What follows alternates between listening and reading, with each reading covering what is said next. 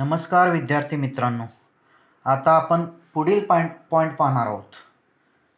Double circulation हे सगळ्यात महत्त्वाचं आहे. डबल सर्क्युलेशन आणि बोर्डासाठी तर अगदीच महत्त्वाचं आहे आणि नीट CETसाठी याच्यावर MCQ लक्षात ठेवायचं. मग त्यामध्ये डायग्राम पहिल्यांदा पाहूया. Schematic plan of blood circulation in human. आपल्यामधला ब्लड सर्क्युलेशनचा जो प्लॅन आहे तो इथं थोडक्यात दिलेला आहे, म्हणजेच त्याचं डायग्रॅम. मग त्यामध्ये पहिल्यांदा नावं पाहूया. इथून हार्टपासून सुरुवात करूया. Right atrium, right ventricle, left atrium, left ventricle. हे काय हार्टमधले 4 चेंबर्स. नेक्स्ट तिथून पुढं जायचं, हे पल्मनरी आर्टेरी अशी गेलेली आहे ती. नंतर लंग्स इथं आहे. लंग्सपासून जी आलेली आहे ती कोण आहे? पल्मोनरी व्हेन आलेली आहे, इथंपर्यंत आलेली आहे. नंतर इथून हार्टमधून एक निघालेले आहे ते कोण आहे? डॉर्सल ॲओर्टा आहे, म्हणजेच ही काय आर्टेरी आहे.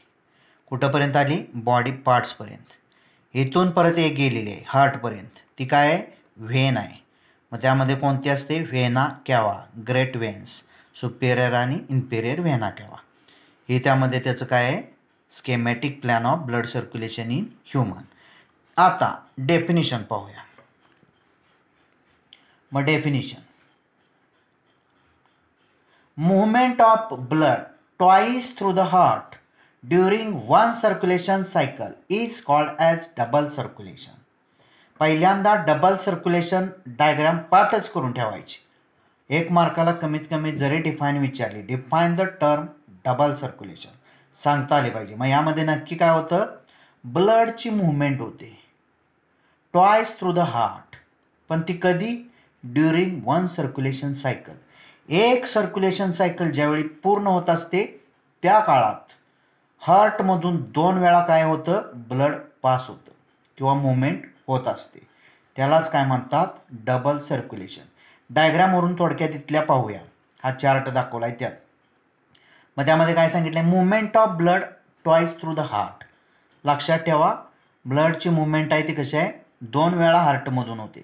इथे एकदा हार्ट दाखवलं आहे, इथे एकदा हार्ट दाखवलं आहे, म्हणजेच इथं 2 वेळा काय झालेलं असतं? ब्लड मूवमेंट किंवा ब्लड पास झालेलं असतं.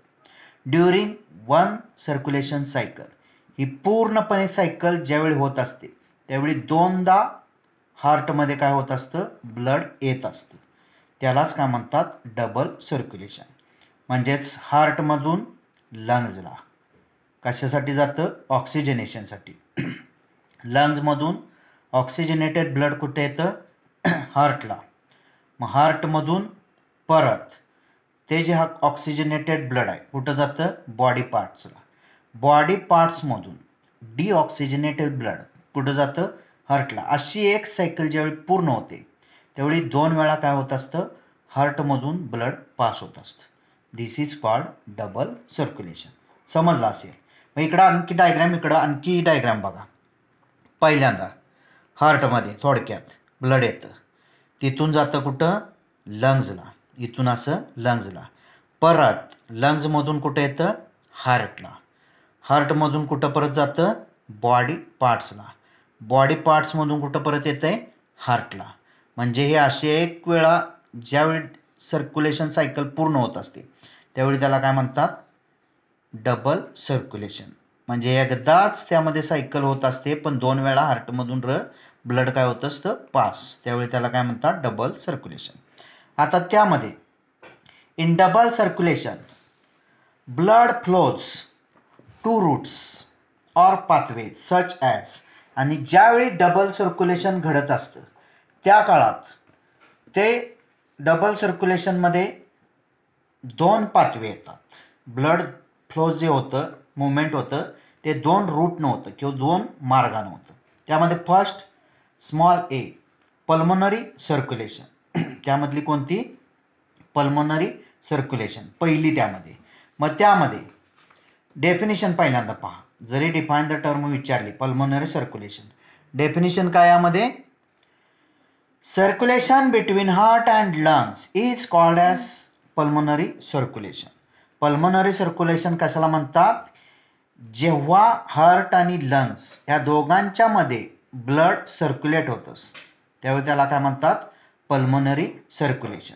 मग डायग्राममध्ये पहा परत. पल्मोनरी सर्क्युलेशन म्हणजेच circulation between heart and lungs. हार्टपासून लंग्सपर्यंत जे ब्लड जातं ते सर्क्युलेशन म्हणजेच काय असतं? Pulmonary circulation. ही झाली definition. Circulation between heart and lungs is called as pulmonary circulation. मग त्यामध्ये first point, during pulmonary circulation the deoxygenated blood pumped from right ventricle into pulmonary trunk or artery and it carries to lungs for oxygenation. त्यासाठी परत एकदा diagram पहा. काय सांगितलेलं आहे? ज्यावेळी पल्मोनरी सर्क्युलेशन घडत असतं त्या काळात डिऑक्सिजनेटेड ब्लड कुठून पंप होत असतं? Right ventricle. इथं जे नाव आहे बघा, खालचा जो कप्पा आहे राईट वेंट्रिकल, इथून काय होत असतं? डिऑक्सिजनेटेड ब्लड, अशुद्ध किंवा इम्प्युअर ब्लड पंप होतं. कशामध्ये? पल्मोनरी ट्रंकमध्ये किंवा पल्मोनरी आर्टरीमध्ये पंपिंग होतं.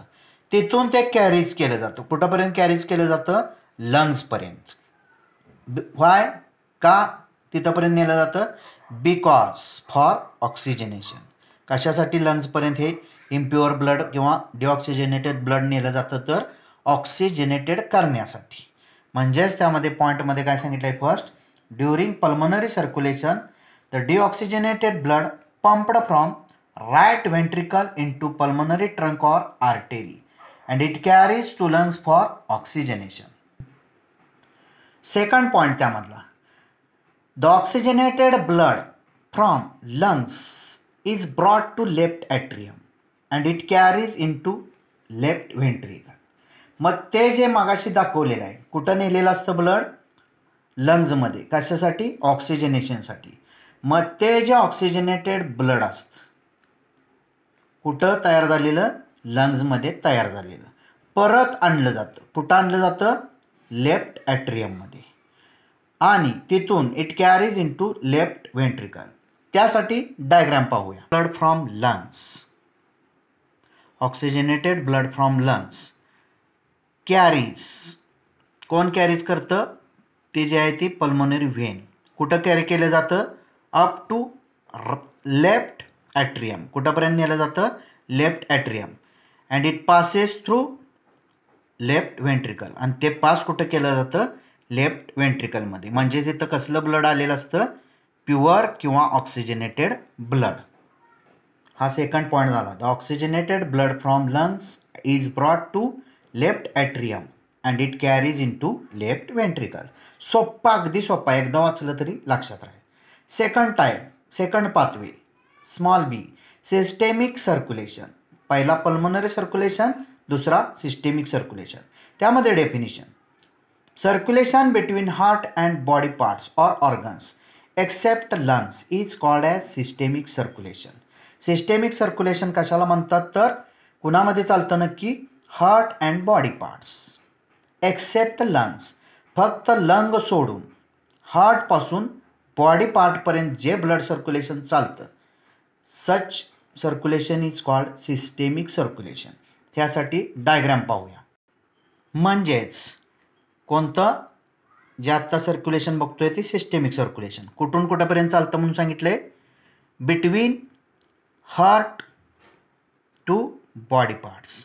हार्टपासून बॉडी पार्टपर्यंत जे सर्क्युलेशन चालतं, हार्टपासून बॉडी पार्ट एक्सेप्ट लंग्स. त्यावेळी तिथं लंग येत नाही सिस्टेमिक सर्क्युलेशनमध्ये. फक्त कोणते पार्ट येतात? त्यामध्ये हार्टपासून बॉडी पार्टपर्यंत. म्हणजेच लेफ्ट वेंट्रिकलमधून जे ब्लड जातं ते कुठं जातं? बॉडी पार्टपर्यंत. त्यामध्ये आता फर्स्ट पॉईंट, डेफिनेशन पाहिलेलीच आहे आपण. Circulation between heart and body parts except lungs is called as systemic circulation. Heart आणि बॉडी पार्टपर्यंत जे एकमेकातलं जे सर्क्युलेशन चालतं म्हणजेच कोणतं असतं?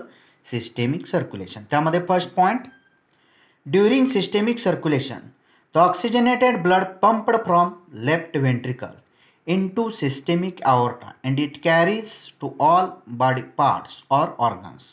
मग ज्यावेळी सिस्टेमिक सर्क्युलेशन चालतं त्यावेळी काय कॅरी केलं जातं, oxygenated blood from left ventricle into systemic aorta, आणि ते कुठं नेलं जातं, बॉडी पार्ट्सला. त्यामध्ये डायग्राम पाहू. सर्क्युलेशन, ज्यावेळी सिस्टेमिक सर्क्युलेशन चालतं त्यावेळी अगोदर मी सांगितलेलंच होतं, जे ब्लड असतं, blood present in left ventricle, which type of blood, oxygenated blood enters, कुठे एंटर होतं ते इथं जे दाखवलं आहे त्यामध्ये सिस्टेमिक अवॉर्टा थोडक्यात किंवा आर्टेरी, तिथून कुठं जातं, बॉडी पार्ट्सला. फर्स्ट पॉईंट झालेला आहे. Second point, the deoxygenated blood from body parts or organs is brought to right atrium by superior and inferior vena cava and it carries into right ventricle. मग त्यामध्ये काय सांगितलेलं आहे, deoxygenated blood कुठं असलेलं, body parts किंवा ऑर्गन्समध्ये असलेलं, कुठं जातं, आणलं जातं राईट ॲट्रियम, कशामार्फत, superior and inferior vena cava. परत ते कुठं कॅरी केलं जातं, राईट वेंट्रिकल. त्यासाठी डायग्राम पाहूया.